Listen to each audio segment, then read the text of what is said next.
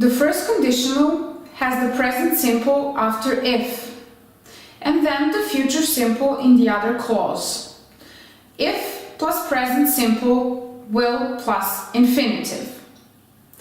If it rains, I won't go to the park.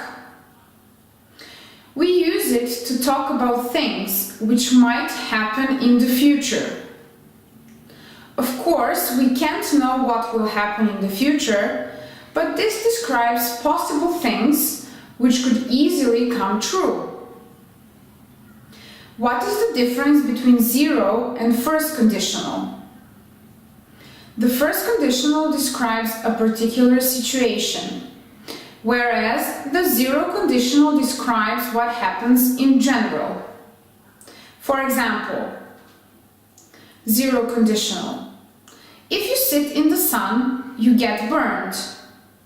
Here, we are talking about every time a person sits in the sun. The burning is a natural consequence of the sitting. But, first conditional. If you sit in the sun, you'll get burned.